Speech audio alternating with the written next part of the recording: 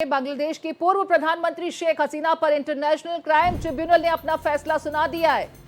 देखिए, पूर्व प्रधानमंत्री शेख हसीना को जहां इंटरनेशनल क्राइम ट्रिब्यूनल ने दोषी करार दिया, वहीं मैक्सिमम पनिशमेंट फांसी की सजा सुनाई गई है।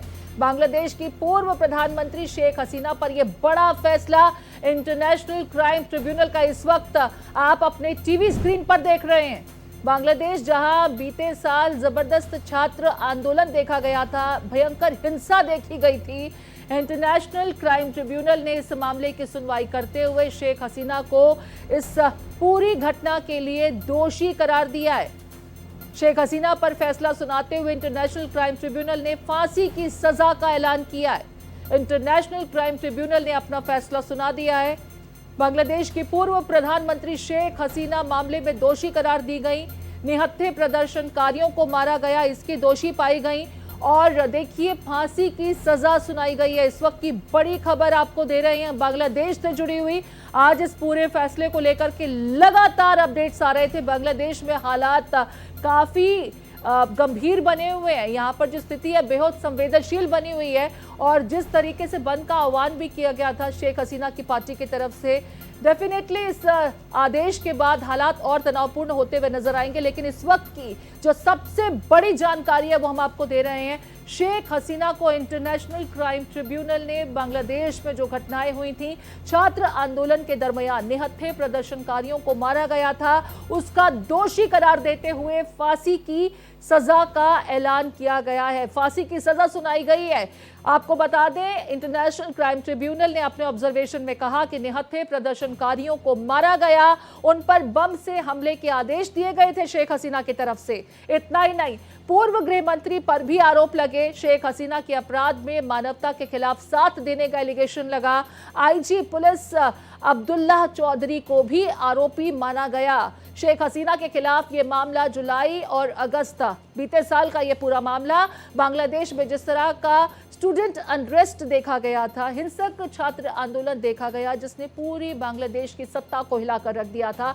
इस मामले में छात्र आंदोलन को कंटेन करने के लिए शेख हसीना की तरफ से जिस तरह के निर्देश दिए गए थे, इंटरनेशनल क्राइम ट्रिब्यूनल जिसने इस पूरे मामले की सुनवाई की, शेख हसीना को यहां दोषी करार देते हुए मैक्सिमम सजा, जो फांसी की सजा है, वो सुनाई गई है। इतना ही नहीं, देखिए बांग्लादेश के पूर्व गृह मंत्री पर भी शेख हसीना का मानवता के खिलाफ कृत्य में साथ देने के लिए यहां दोषी पाते हुए आईसीटी का ऑब्जर्वेशन है। अजीत मेरे साथ जुड़ गए। अजीत, अभी यही आप जिक्र कर रहे थे कि मैक्सिमम पनिशमेंट जो सुनाई जाएगी मुमकिन है वो फांसी की सजा हो, और जिस तरीके से अब आईसीटी का फैसला सामने आ चुका है, ये वाकई बहुत बड़ी खबर है शेख हसीना के लिहाज से, बांग्लादेश के लिहाज से।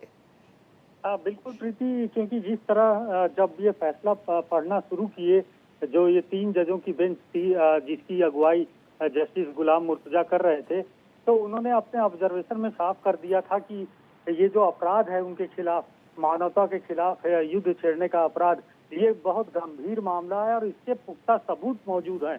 और इसीलिए उन्होंने इस पूरे मामले में जो भी उनके ऊपर आरोप लगाए गए थे शेख हसीना और उनके मंत्रियों के खिलाफ, ये मानवता के खिलाफ युद्ध छेड़ने का आरोप साबित हुआ था और इसके पुख्ता सबूत भी पेश किए गए थे।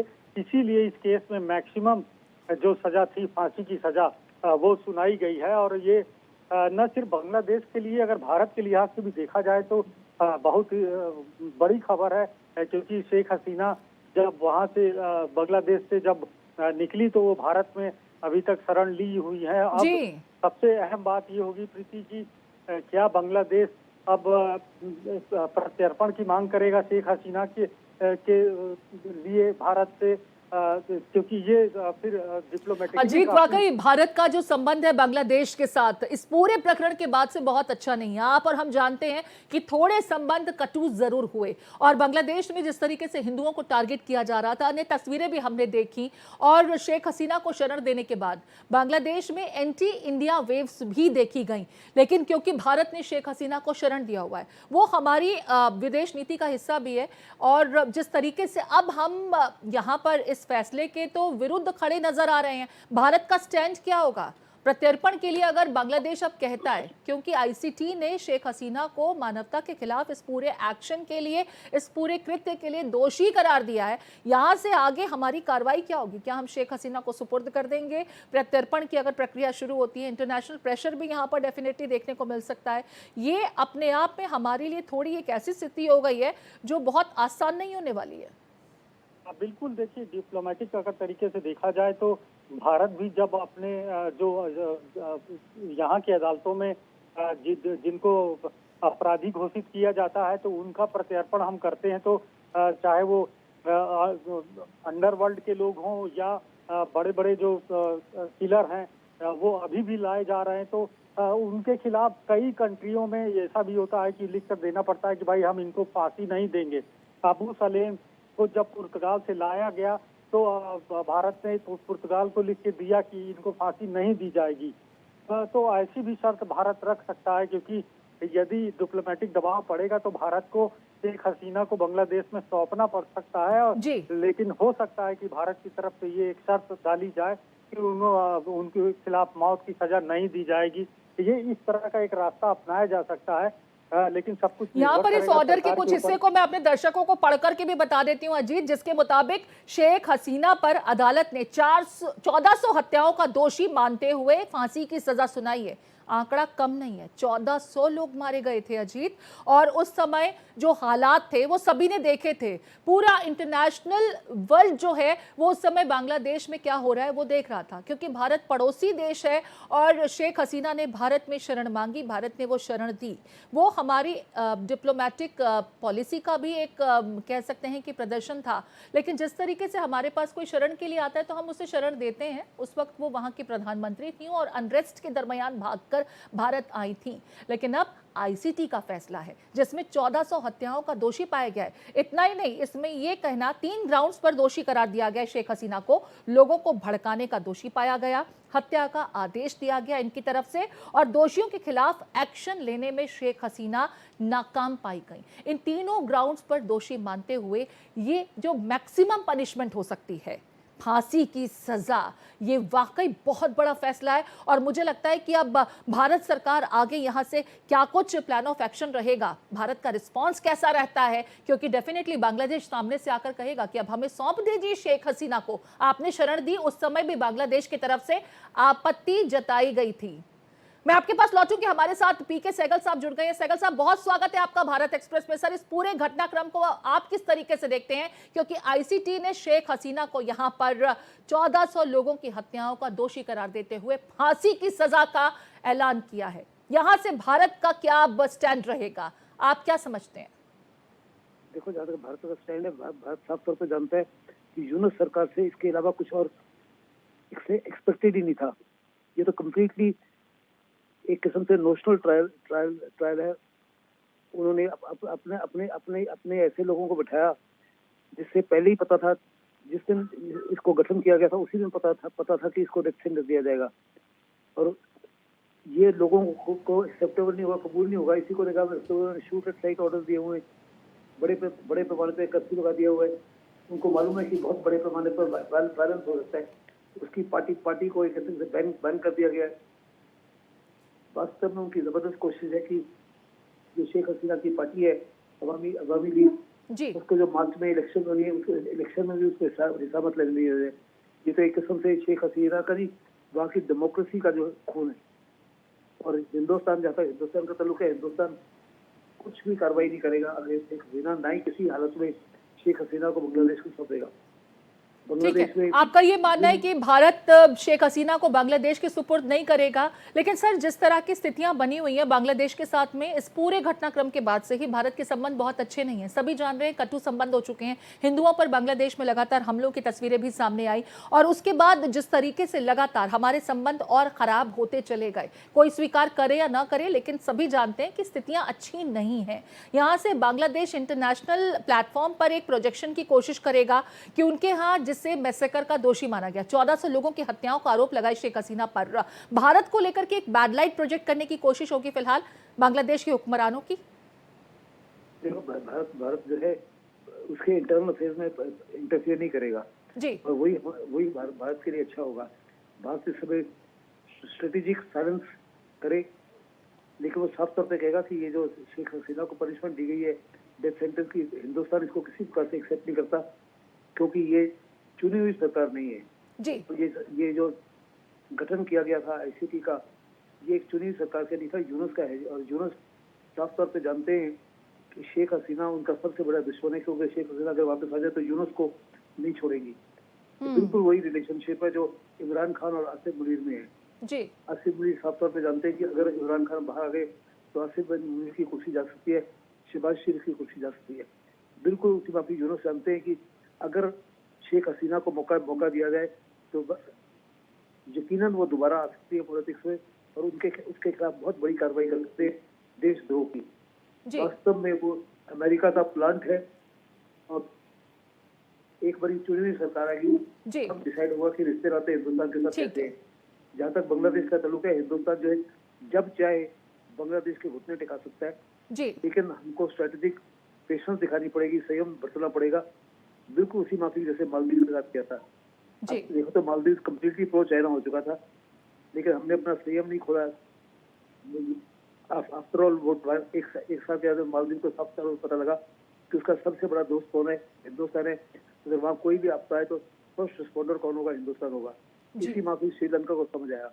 अभी साइक्लोन का सीजन है, बड़ा साइक्लोन कुछ उसको एक आ गया बांग्लादेश में, तो चाइना के बॉर्डर्स कंटिग्यूअस नहीं है, पाकिस्तान के बॉर्डर्स कंटिग्यूअस नहीं है, अमेरिका के बॉर्डर्स कंटिग्यूअस नहीं है। जी केवल और केवल हिंदुस्तानी बांग्लादेश की सहायता कर सकता है, उसके अलावा कोई नहीं कर सकता।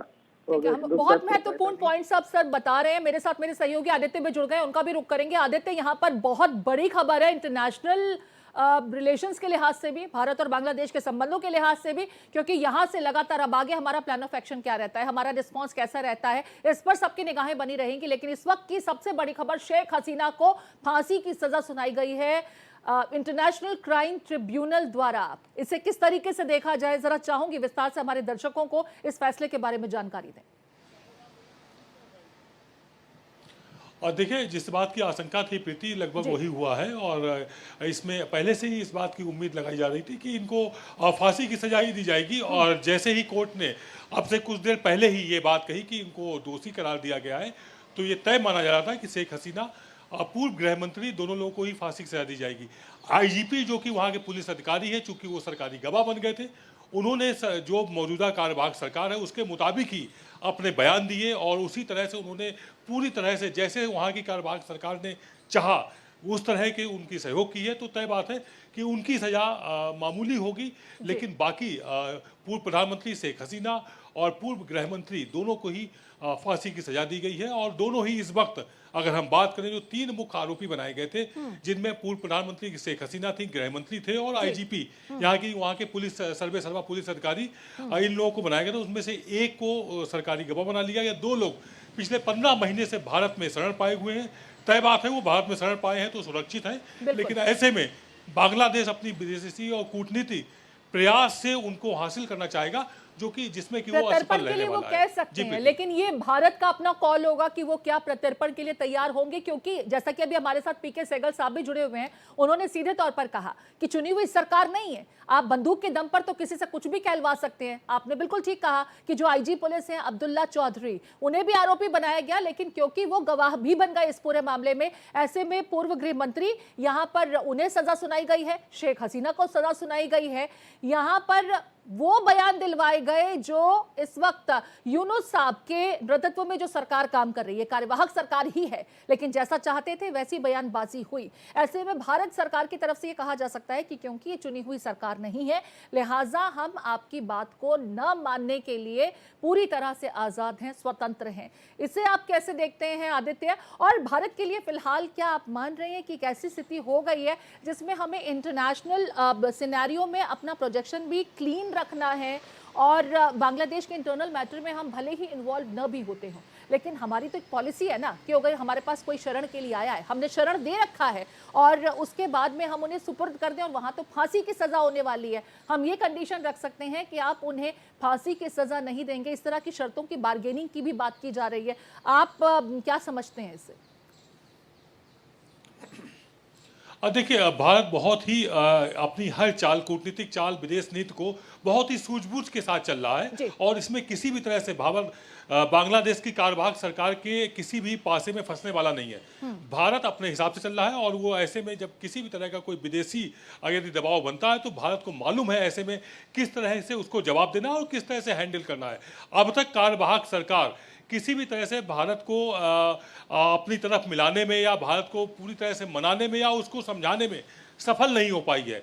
दरअसल जो यूनिस हैं वहाँ पे कार्यवाहक प्रशासक बने हुए हैं और सर्वे सर्वा बने हुए हैं। बेसिकली वो पूरी तरह से अमेरिका की कठपुतली बने, जैसा कि हमारे जो गेस्ट हैं अभी सहगल साहब वो भी बता रहे थे। पीके सहगल साहब विदेशी मामलों के जानकार, रक्षा मामलों के विशेषज्ञ, उन्होंने भी कहा कि किसी के कठपुतली अगर बन करके वो बांग्लादेश चलाने की कोशिश कर रहे हैं और भारत उसमें हाँ में हाँ मिलाएगा तो ऐसा नहीं होने वाला है। भारत अपनी सूझबूझ अपनी विदेश नीति को बाखूबी जानता है और उसको मालूम है कब क्या कदम उठाने हैं। किसी के कहने या किसी के दबाव में भारत बिल्कुल भी नहीं आने हालांकि वाला। भारत को जी, काफी प्रीति। प्रेशराइज करने की कोशिश भी की गई थी आदित्य, बहुत प्रेशराइज करने की कोशिश की गई, लेकिन भारत अंडर प्रेशर कभी भी नहीं आया। सहगल साहब हमारे साथ लगातार बने हुए हैं। सहगल साहब, यहाँ पर जिस तरीके से यूनुस साहब के कार्यवाहक सरकार को चलाने का जब जिम्मेदारी उन्हें दी गई, उसके बाद कई ऐसे एक्शंस लिए गए थे जो एंटी इंडिया नजर आते थे। बावजूद इसके भारत ने एक क्लियर संदेश देने की कोशिश की कि ना तो हम प्रेशर में आते हैं और अगर हमने किसी को शेल्टर दिया है तो फिर हम तमाम उसके प्रोज एंड कॉन्स देखते हैं, हम आपके दबाव में नहीं आएंगे। क्योंकि लगातार बांग्लादेश की तरफ से ये प्रेशर बनाया गया था कि आप शेख हसीना को शेल्टर न दें, उन्हें वापस सुपुर्द करें, लेकिन इतने लंबे अवधि के बावजूद शेख हसीना को हमने शेल्टर भी दिया। और अब तो इस फैसले के बाद मुझे लगता नहीं है कि भारत सरकार अंडर प्रेशर आएगी। हालांकि राजनीतिक रायशुमारी जरूर हो रही होगी इस फैसले के बाद, इसे किस तरीके से देखा जाए और आगे का फर्दर रिएक्शन हो। देखो, जहाँ तक भारत सरकार का ताल्लुक है, भारत सरकार किसी भी हालत में किसी के प्रेशर के नीचे नहीं आएगी। क्या अमेरिका का प्रेशर हिंदुस्तान के ऊपर काम करेगा? बिल्कुल नहीं। या ब्रिटेन का प्रेशर या वेस्टर्न यूरोप का प्रेशर या किसी और देश का प्रेशर काम करेगा? सवाल ही होता। बांग्लादेश का प्रेशर तो हिंदुस्तान को कभी एक्सेप्ट ही नहीं करेगा। चाइना या पाकिस्तान का प्रेशर का कोई मतलब नहीं है। हिंदुस्तान हमेशा ही अपनी स्ट्रेटेजी इकोनॉमी दर्शाता है और हिंदुस्तान की लीडरशिप बड़ी डिसाइसिव है, बड़ी स्ट्रॉन्ग है, बड़ी पॉलिटिकली वाइज है, बड़ी मैच्योर सरकार है इस समय और वो सूझबूझ के कदम उठाएगी किसी भी हालत में। आई रिपीट, किसी भी हालत में बांग्लादेश को शेख हसीना को सौंपेगी नहीं। ये अगर आप कह रहे हैं कि इसको फांसी की सजा नहीं दो, हम इसको लुटा देंगे, हिंदुस्तान किसी हालत में बांग्लादेश को शेख हसीना को नहीं सौंपेगा। शेख हसीना के समय 15-20 साल से हिंदुस्तान और बांग्लादेश की रिश्ते नाते बहुत अच्छे रहे और हो सकता है कि जब मार्च में वहाँ इलेक्शन हो, जो अगली सरकार होगी उसमें अवामी लीग को अगर बैन नहीं करते तो अवामी लीग बड़े पैमाने पर या तो सत्ता में आ सकती है या किंग मेकर बन सकती है। और उसके बाद में क्या ताल्लुकात होते हैं, क्या रिश्ते नाते इम्प्रूव होते हैं, वो तो समय बताएगा। लेकिन बांग्लादेश को साफ तौर पे समझना चाहिए कि हिंदुस्तान जब चाहे बांग्लादेश बिल्कुल, भारत की स्थिति बांग्लादेश के लिहाज से बहुत मजबूत है और बांग्लादेश भारत जब चाहे उसकी ज्योग्राफी भी बदली जा सकती है, भारत इंटरवेन भी कर सकता है। ये भी मोहम्मद यूनुस को समझना होगा। बहुत शुक्रिया सर अपने इनसाइट्स इस महत्वपूर्ण विषय पर साझा करने के लिए और आगे क्या कुछ भारत सरकार के सामने विकल्प खुले हैं और किस तरीके से हमारा रिस्पॉन्स इस पूरे मुद्दे पर रहता है। आदित्य, आपका भी बहुत शुक्रिया।